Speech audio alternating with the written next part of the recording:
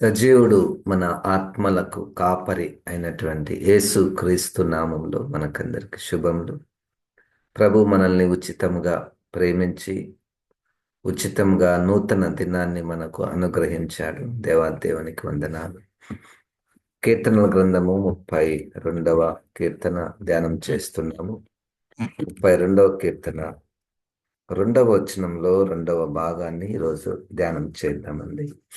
యెహోవా చేత నిర్దోషి అని ఎంచబడినవాడు, ఆత్మలో కపటము లేనివాడు ధన్యుడు. ఆత్మలో కపటము లేనివాడు ధన్యుడు. ఆ మాటను మనము ధ్యానం చేద్దాము. ఆ కపటము లేని, దానికి పర్యాయ పదముగా యథార్థ హృదయము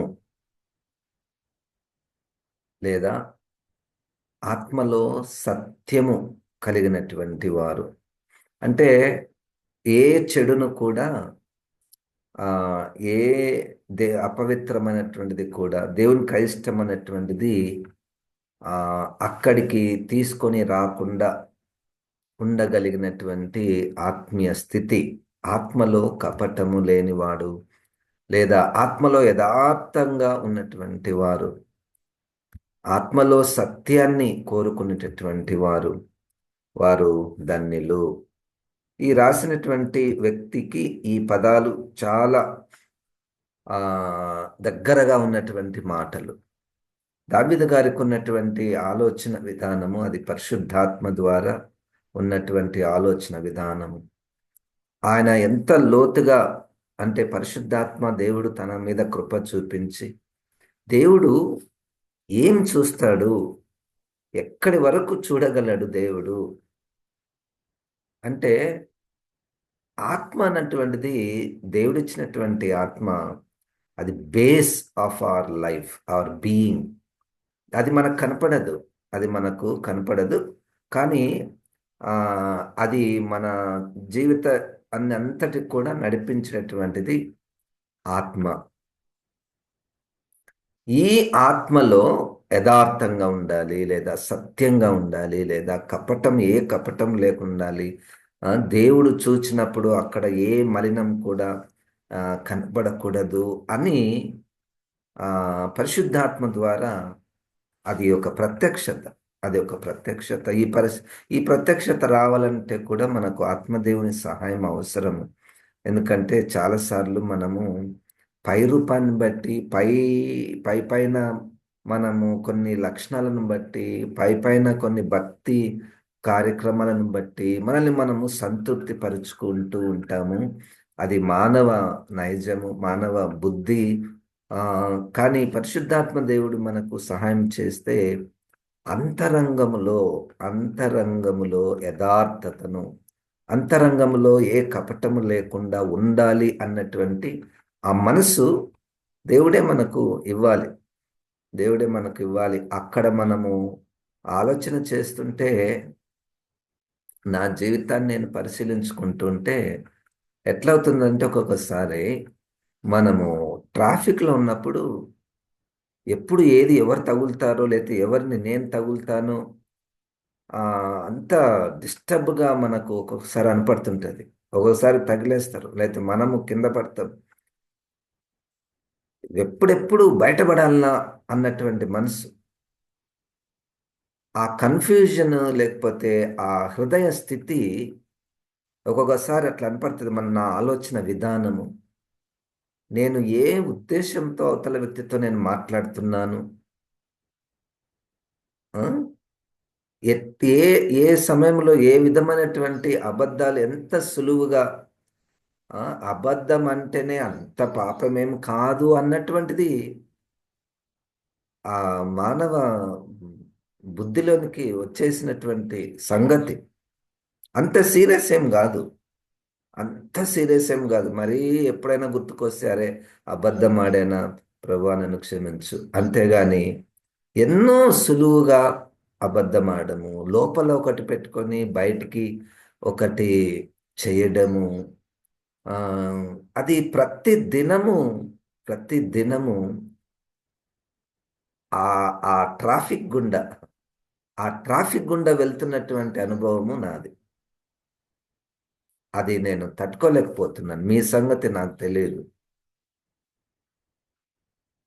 ఆత్మలో కపటము లేని వారు ధన్యులు. ఆత్మలో కపటం లేనటువంటి వారు ధన్యులు. పరిశుద్ధాత్మ దేవుడు ఫస్ట్ ఆ అంతరంగములో, ఆ హృదయములో, ఆలోచన విధానములో, ఆ క్రియలలో ఇది ఉంది, ఇది ఉంది, ఇది ఇది నీలో ఉంది, ఇది నిన్ను గాయపరుస్తుంది అని పరిశుద్ధాత్మ దేవుడు సహాయం చేస్తే తప్ప మనం అంత దూరం మనము వెళ్ళలేము. అంత దూరం మనం ఎవరైనా మనల్ని చూసి ఏదైనా నువ్వు తప్పు చేస్తున్నావని చెప్పినప్పుడు మాత్రమే అప్పుడు కూడా అప్పుడు కూడా మనం ఒప్పుకోవడానికి ఇష్టపడదు. మానవ శరీరము, మానవ బుద్ధి మనము ఏదైనా పొరపాటు చేసినా పొరపాటు చేస్తే మనమేమి సాధారణంగానే ఉంటాము.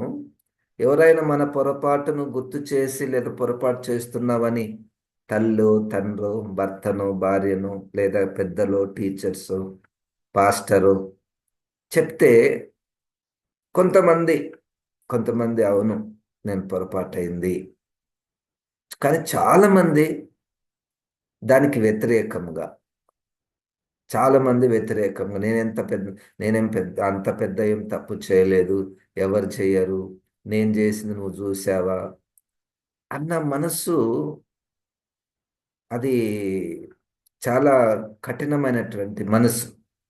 అది అలవాటైపోతుంది. కొంత సమయంలో అది అలవాటైపోతుంది. ఇక రహస్యంగా మన మనస్సును దేవుడు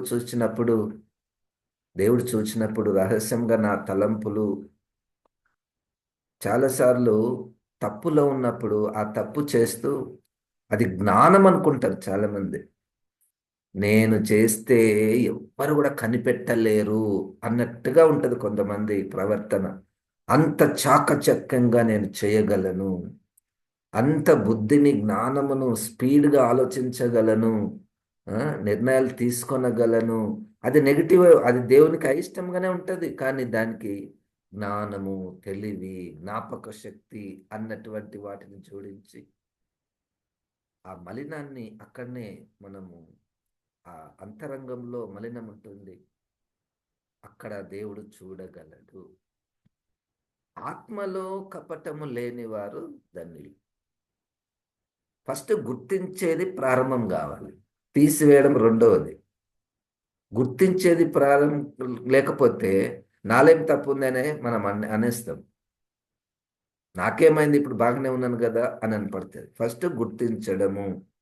వెళ్ళండి, ఆత్మ దగ్గరికి వెళ్ళండి, అంతరంగంలోనికి వెళ్ళండి. మీరు కళ్ళు మూసుకొని నీ హృదయాన్ని చూసుకోనండి.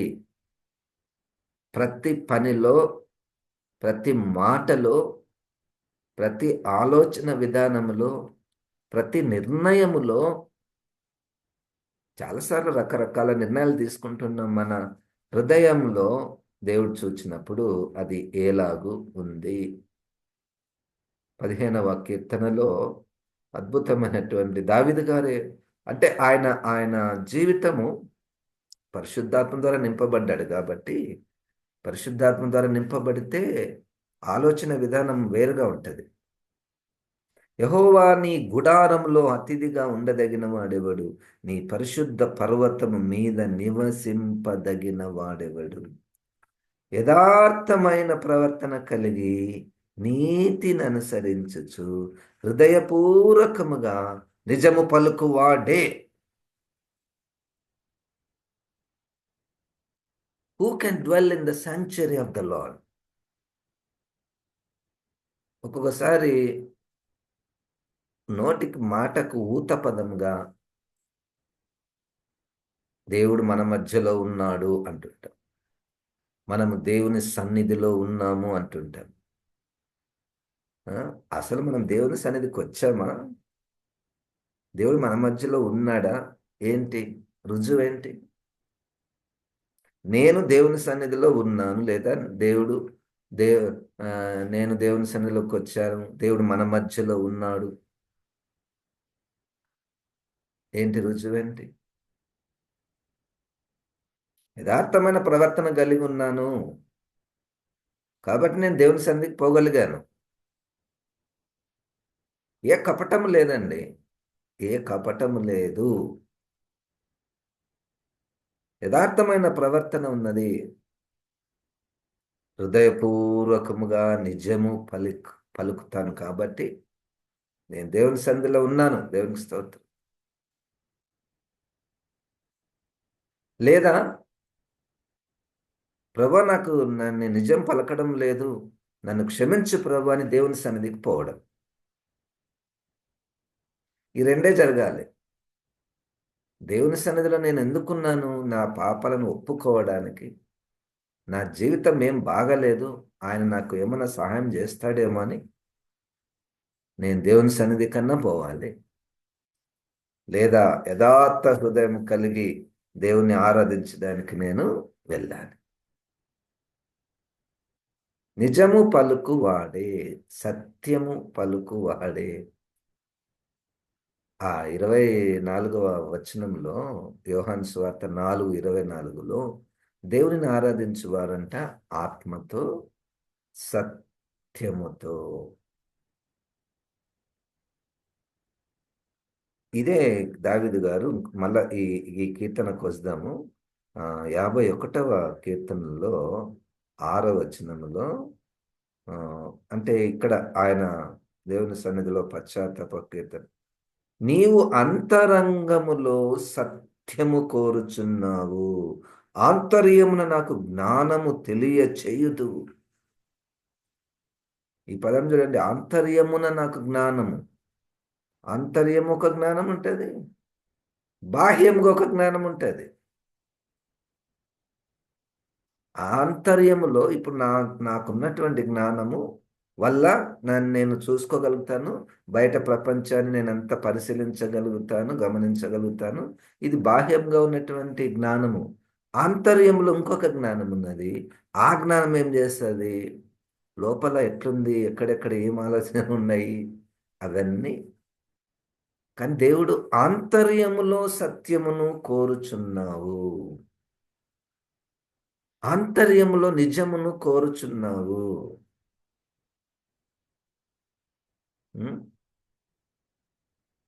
ఇప్పుడు మనము దేవుని దగ్గర గలతీ పత్రికలో 1వ అధ్యాయములో 10వ వచనంలో అక్కడ ఒక భిన్నమైనటువంటి సువార్త ప్రకటించబడుతుంది. అంటే వేరే వాళ్ళు ప్రకటిస్తున్నారు. దాన్ని తట్టుకోలేక వాళ్ళందరూ తప్పిపోతున్నారు. ఎంతగా తప్పిపోతున్నారంటే ఆయన చాలా బాధపడిపోతున్నాడు, పౌలు గారు. ఇంత త్వరగా మీరు సువార్తను వదిలిపెట్టి వెళ్తున్నారు. నేను చూడండి 10వ వచనంలో, అప్పుడు నేను మనుషుల దయను సంపాదించుకొని జోచుచున్నాను, దేవుని దయను సంపాదించుకొని జోచుచున్నాను. నేను మనుషులను సంతోషపెట్టుకోరుచున్నాను. నేను ఇప్పటికీ మనుషులను సంతోషపెట్టువాడనైతే క్రీస్తు దాసుడను కాకయే పోవుదు. అంటే ఒక ఒక భిన్నమైన సువార్త సంఘంలో కనపడుతుంది. ఈయనకు 2 తలంపులు. ఇప్పుడు నేను పోయి వాళ్ళకి చెప్పాను అనుకోండి, అయ్యా ఇది కరెక్ట్ కాదు, ఇది వాక్యానుసారంగా కాదు అని చెప్తే కొంతమంది బాధపడతారేమో, కొంతమంది కోపం వస్తుందేమో, నాకెందుకు అని. ఈ హృదయము ఇది యథార్థమైన హృదయం కాదు. అందుకనే నాకు ఇప్పుడు 2 ఛాన్సులు ఉన్నాయి. దేవుని సంతోష పెట్టాలన్నా, మిమ్మల్ని సంతోష పెట్టాలన్నా.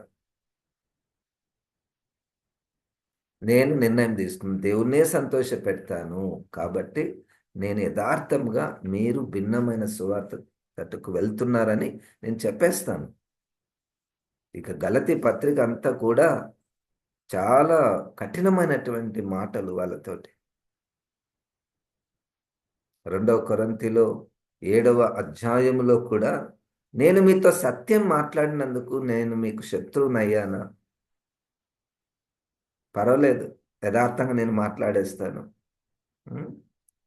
రండి, కీర్తన గ్రంథము 15వ కీర్తన. ఈరోజు పరిశుద్ధాత్మ దేవుడు మనకు సహాయం చేసి అంతరంగములో జ్ఞానమును పుట్టించి, నా అంతరంగ హృదయము ఎలాగుంది, అక్కడ యథార్థత, అక్కడ కపటము లేని, అక్కడ సత్యము స్థాపించబడాలి. దేవునికి స్తోత్రం.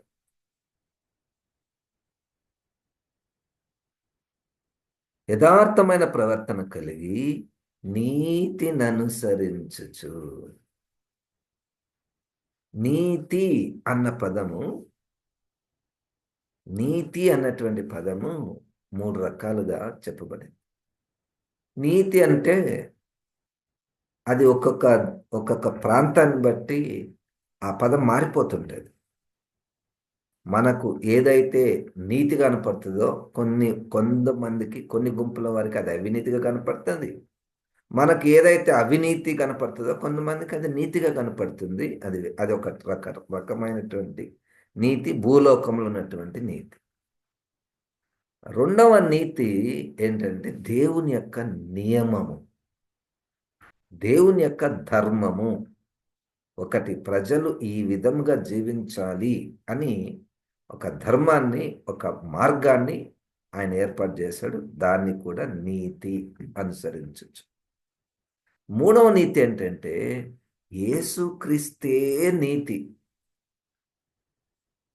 ఇక ఏమంటారు, ఆయననే నీతి. నీతి అన్నదానికి సంపూర్ణత యేసుక్రీస్తే. ఇప్పుడు ఈయన ఏమంటున్నాడు, నీతిని అనుసరించుచు. అంటే ఆయనను చూచి నేను ఆయనను వెంబడించుట, అనుసరించుట, ఆయన మార్గంలో నేను నడుచుట. దీన్ని అంతరంగ జ్ఞానం అంటారు. అంతరంగ జ్ఞానములో నేను ఆయన నీతిని, ఆయనను నేను అనుసరించాలి. దేవుని స్తోత్రం. దేవుని సన్నిధిలో, దేవుని గుడారంలో ఎవరు నిలవబడగలరు?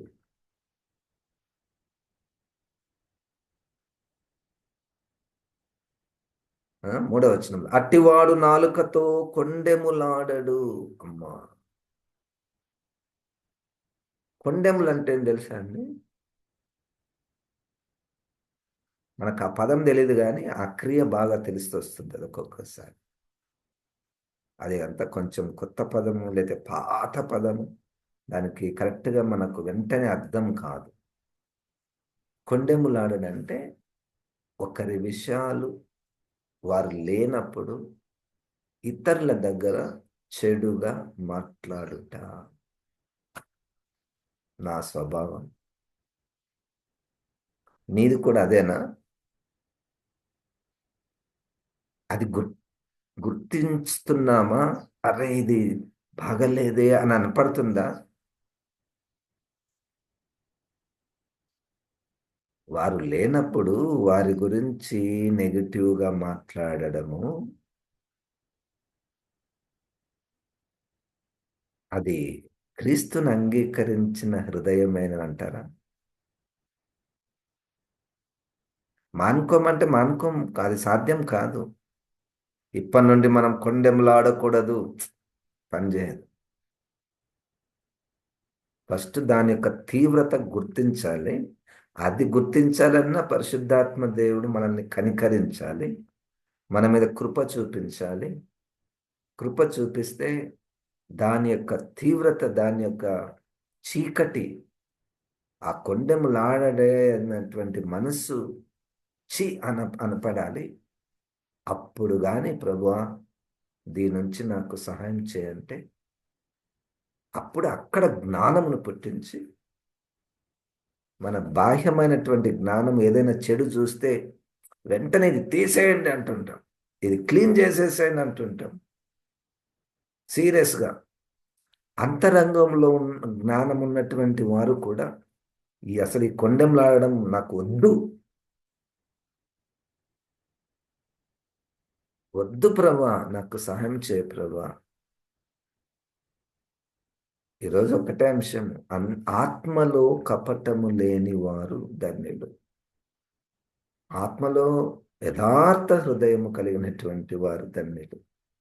ఆంతర్యములో సత్యమును కలిగినటువంటి వారు ధన్యులు. అట్టివాడు నాలుకతో కొండెములాడాడు.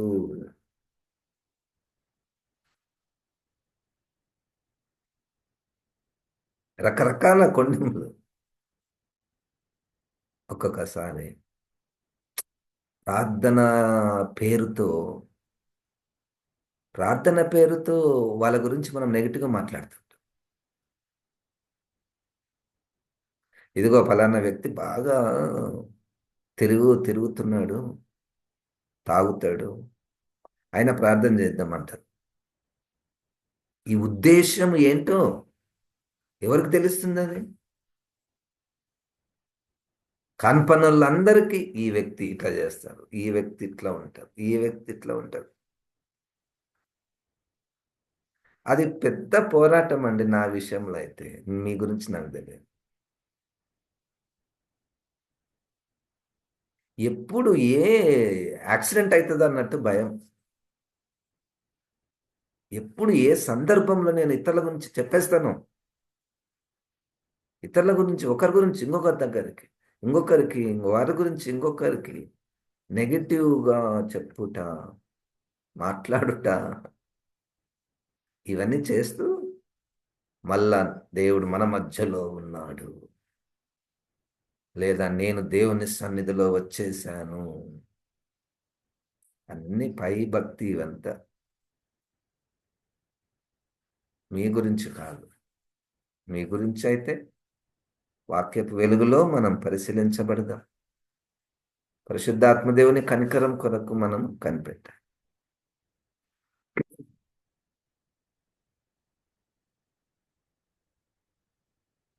తన చెలికానికి కీడు చేయడు, తన పొరుగువాని మీద నింద మోపడు. కొంతమందికి అలవాటు ఉంటుంది, ఏది జరిగినా వాళ్ళదే తప్పు, వాళ్ళ వల్లనే అయింది. వా ఏది జరిగినా వెంటనే మనసు వచ్చేస్తుంది అంతే. ఆలోచించే టైం కూడా తీసుకోరు వాళ్ళు. ఇది ఎందుకు జరిగింది, ఎవరి వల్ల నో. ఏదైనా తప్పు జరిగిందా, పొరపాటు జరిగిందా, నష్టం జరిగిందా, వాళ్ళ వల్లనే అంటుంటారు. నింద మోపడం వెంటనే. అది మానవ మనసు. మనమేం పెద్ద ఆశ్చర్యపోని అవసరం లేదు. అది మానవ బుద్ధే అది. కొంచెం ఆలోచించి దీంట్లో నా ప్రమేయం ఏమైనా ఉందా, నాదేమైనా తప్పయిందా, అది ఆత్మ పరిశీలన. అది ఆత్మదేవుడు సాయం చేస్తేనే ఆ పరిశీలన వస్తుంది. అంతరంగంలో జ్ఞానం ఉన్న వాళ్ళకు ఆ పరిశీలన వస్తుంది. అంతరంగంలో జ్ఞానం లేకపోతే బయటల మీద వేయడం వస్తుంటుంది. ఇది ఎవరినో విమర్శించే వాక్యం కాదు. ఈరోజు నన్ను నేను విమర్శించుకోవాలి. నన్ను నేను పరిశుద్ధాత్మ దేవుని ద్వారానే విమర్శించుకోవాలి. ఉం? ఆయన గుడారములో అతిథిగా ఉండదగిన వాడేవాడు, నీ పరిశుద్ధ పర్వతం మీద నివసింపదగిన వాడు.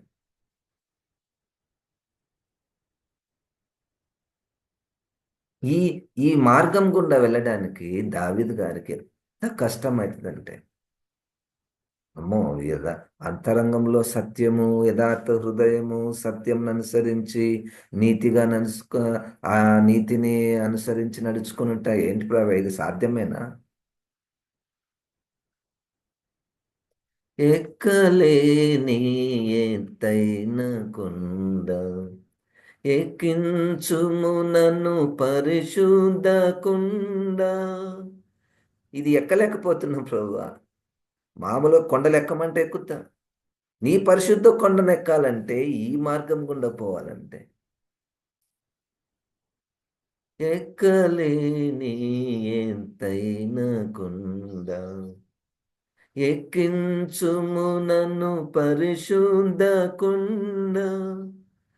చక్కని ప్రభుని మోము చూడ, చక్కని ప్రభుని మోము చూడ, నీ కొరకే నే వెదకేను దేవా. ఒకసారి నన్ను చూడరావా. చక్కనైనటువంటి పరిశుద్ధమైనటువంటి నీ ముఖాన్ని చూడ్డానికి నేను ఎక్కలేకపోతున్నాను ప్రభా. ఎక్కడెక్కేది ఇవన్నీ? ఉం? ఈ కొండ సామాన్యమైన కొండనండి. నన్ను ఎక్కించుము ప్రభా. యథార్థమైనటువంటి కపటం లేనటువంటి హృదయము నాకు దయచేయి ప్రభా అని నోటికి పలికేది కాకుండా అంతరంగంలో పశ్చాత్తాపముతో ప్రారంభం కావాలి ఇది. పశ్చాత్తాపంతో ప్రారంభం కావాలి ఇది. అంతేగాని నేను చెప్పినాను కాబట్టి అందరూ ఇప్పుడు కళ్ళు మూసుకోండి దేవా నన్ను క్షమించమని నోటికి పలికేటటువంటి దాంట్లో ఏది లేదండి. అది బాహ్య సంబంధమైనటువంటి జ్ఞానం. అది నోటి పలుకుతున్నప్పుడు రకరకాలుగా ఆ నోటి స్వరాన్ని ట్విస్ట్ చేసి కొంతమంది ఏమి హృదయంలో ఏం కలవరం లేకున్నా ప్రభువా నన్ను క్షమించు అంటే కళ్ళు మూసుకొని ఆ స్వరంలో మార్పులు తెస్తే దాని పశ్చాత్తాపం అంటారండి. దాని పశ్చాత్తాపం అంటారా? అంతరంగంలో ఒక క్రషింగ్ కావాలి. 2వ అధ్యాయంలో 37వ వచనంలో అపోస్తల కార్యంలో సువార్త విన్న తర్వాత అక్కడ ఒక పదం రాయబడింది. దేవర్ కట్ టు దేర్ హార్ట్స్ అని అంటే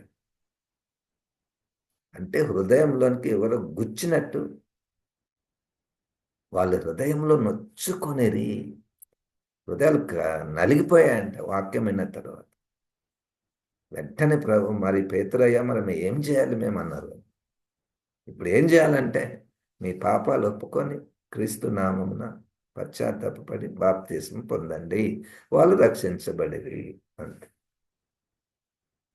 అంతరంగ హృదయములో జ్ఞానము, ఫస్ట్ జ్ఞానము, పరిశుద్ధాత్మ దేవుడు మనల్ని కనికరించి కృప చూపించి క్రీస్తు రూపంలోనికి సంపూర్ణతలోనికి మనల్ని నడిపించాలని ఆయన ఉద్దేశం ఉంటే ఆయనకు మనకు ఆంతరంగముల జ్ఞానం ఇచ్చి ఎప్పుడు లోపల పరిశీలన జరుగుతుంటాయి.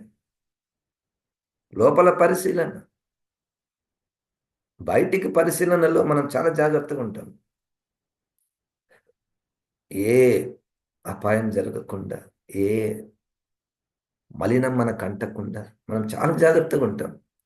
ఇదంతా బయట జ్ఞానం ఉన్నటువంటి వాళ్ళు బాగా చేస్తారు.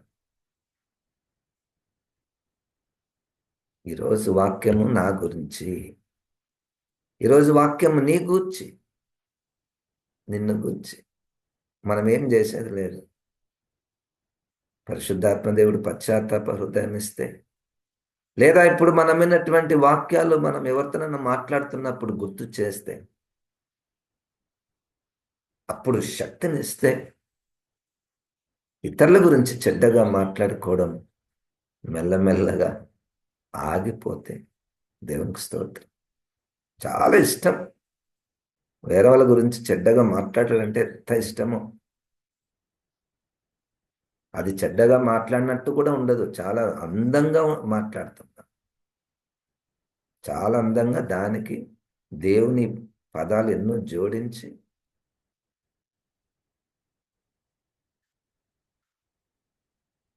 ఎప్పటికీ ఈ స్థితిలోనికి వస్తాము, ఎప్పటికీ దేవుని సన్నిధికి వెళ్తాము, ఎప్పటికీ ఎప్పుడు ఏ దినమున దేవుని సన్నిధికి వెళ్ళగలుగుతాము? యథార్థ హృదయంతో చెప్పండి. యథార్థ హృదయంలో సత్యమే పలుకుతాను నేను కాబట్టి నేను దేవుని సన్నిధిలో ఉన్నాను. నోటికి ఊత పదాలుగా మనము దేవుని సన్నిధిలో ఉన్నాము, దేవుని సన్నిధికి వచ్చాము అని ఎన్నెన్నో మాటలు మాట్లాడుతుంటాం. ఇవన్నీ తెలియక దేవుని సన్నిధిలోనికి ఎవరు చెప్పులు వేసుకోక రాకండి. ఈ బయటి జ్ఞానం చాలా వచ్చేసింది.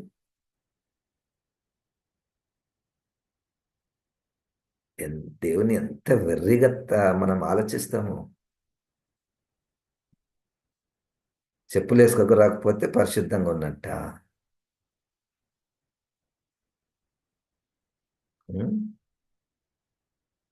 కొంతమంది ఈ దేవుని సన్నిధిలో అక్షింతలు వేయకండి. బా ఎంత జ్ఞానము! ఎంత జ్ఞానము! బాహ్య సంబంధమైనటువంటి జ్ఞానం ఏం పనికొస్తుందండి? దేవుని గురించి తెలియదు. దేవుడు ఎటువంటి వాడు, ఏం చూస్తున్నాడు, ఎక్కడ ఏ మార్పును కోరుకుంటున్నాడు. మానవులు కల్పించిన పద్ధతులను దైవోపదేశములని బోధిస్తూ ఆ మార్గాన్ని మనమే ఎంచుకుంటున్నాం. శుద్ధాత్మ దేవుడు మనల్ని సర్వసత్యంలోనికి నడిపించును గాక. జీవం గల తండ్రి, వాక్యమైన ప్రభా, ఈ వాక్యాన్ని ప్రభా మాలో ఫలింపచేయము. నీ జ్ఞానము నాయన మాకు అంతరంగములో దయచేయము ప్రభా. సర్వసత్యములోనికి నడిపించమని యేసు క్రీస్తు నామమున ప్రార్థిస్తున్నాం తండ్రి. ఆమెన్. ఇప్పుడు మన పరమ తండ్రి అయిన దేవుని యొక్క ప్రేమ, ప్రభువైన యేసు క్రీస్తు యొక్క కృప, పరిశుద్ధాత్మ దేవుని యొక్క నింపుదల, సహాయము, సహవాసము మనకందరికి సదాకాలము తోడై ఉండును గాక. ఆమెన్. దేవుడు మనల్ని దీవించును.